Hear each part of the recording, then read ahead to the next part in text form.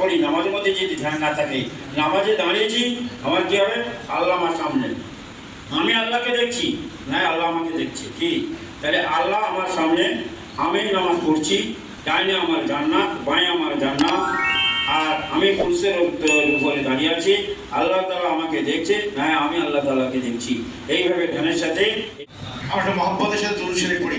আল্লাহুম্মা সাল্লি আলা মুহাম্মাদ ওয়া আলা আলি মুহাম্মাদ কামা সাল্লাইতা ইব্রাহিম ওয়া আলা আলি ইব্রাহিম ইন্নাকা হামিদুম মাজিদ।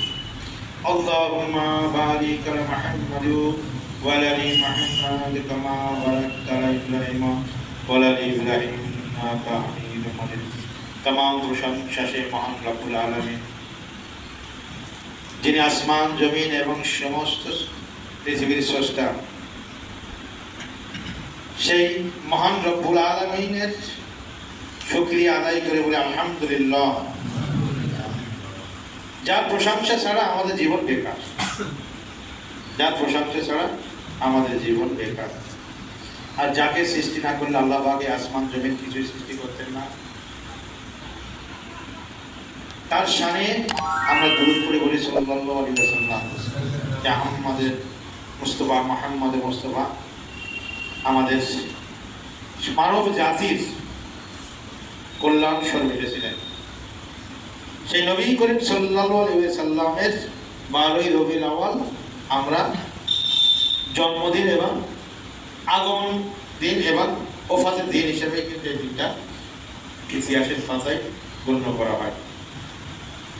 সিরাতুন নবী, ইসলামের মেইন জিনিস যেটা হচ্ছে আমাদের জানতে হবে, যতক্ষণ না আমরা নবী করিম সাল্লাল্লাহু আলাইহি ওয়াসাল্লামের জীবনকে উপলব্ধি করতে পারছি। আল্লাহ পাক বলেছেন, কোরআন মাজিদে বলেছেন, তোমরা যদি আমাকে ভালোবাসতে চাও, আমার ভালোবাসা পেতে চাও, তাহলে আমার নবীকে ভালোবাসতে হবে।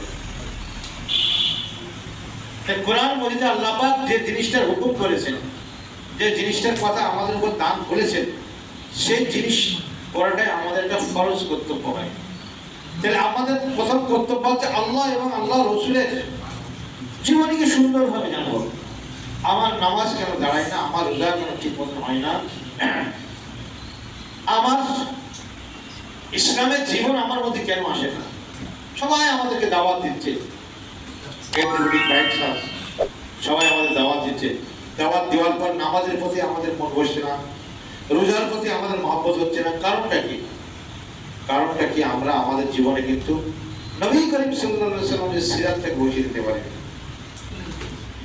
মুসলমান যখন নবী করিম সাল্লাল্লাহু আলাইহি ওয়াসাল্লামের সিরাতকে আমাদের জীবনকে সুপ্রতিষ্ঠিত করতে পারবো, নবী করিম সাল্লাল্লাহু আলাইহি সিরাতকে আমরা সবসময় চোখের সামনে আমাদের উঠতে বসতে খেতে ঘুমাতে সর্ব অবস্থায় যখন আমি তাদের সিরাতকে দেখবো, জীবনী আদর্শ, যেটাকে আমাদের মানে শরীয়তের পরিভাষায় বলি সুন্নাত, এটাকে কি বলি আমরা?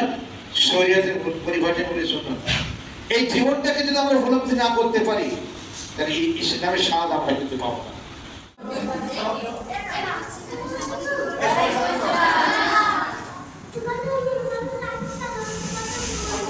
এক কথা শুনতে পাচ্ছি আমার নাতি।